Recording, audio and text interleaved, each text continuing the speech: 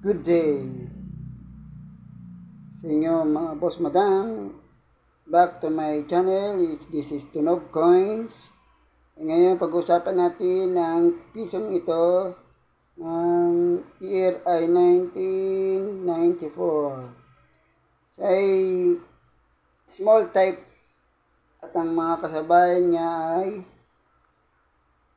50 cents na agila, small type, and 25 cents na small type with butterfly. Yan po ang mga kasabay niya itong circulate nito umikot noong 1991 to 1994. Ngayon, itong coins ito ay isang collectibles na lang po. Kasi wala na po tayo, hindi na po siya may bibili kasi matagal na siyang value. Collection na lang po siya ngayon. Tingnan nyo naman ang ating likod nito.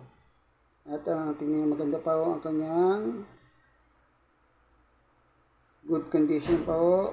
Tingnan nyo, 1994. Ngayon, ang likod nito ay isang ating pambansang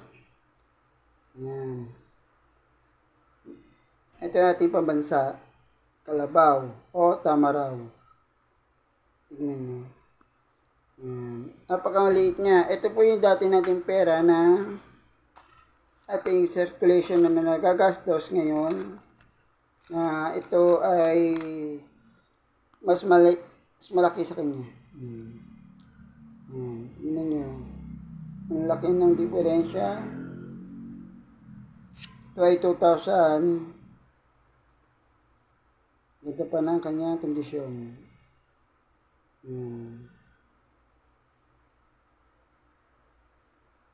Kaya sa lahat ng mga nanonood, followers, o mga gustong mag-collector ng ganito, ay siguro ilan na lang.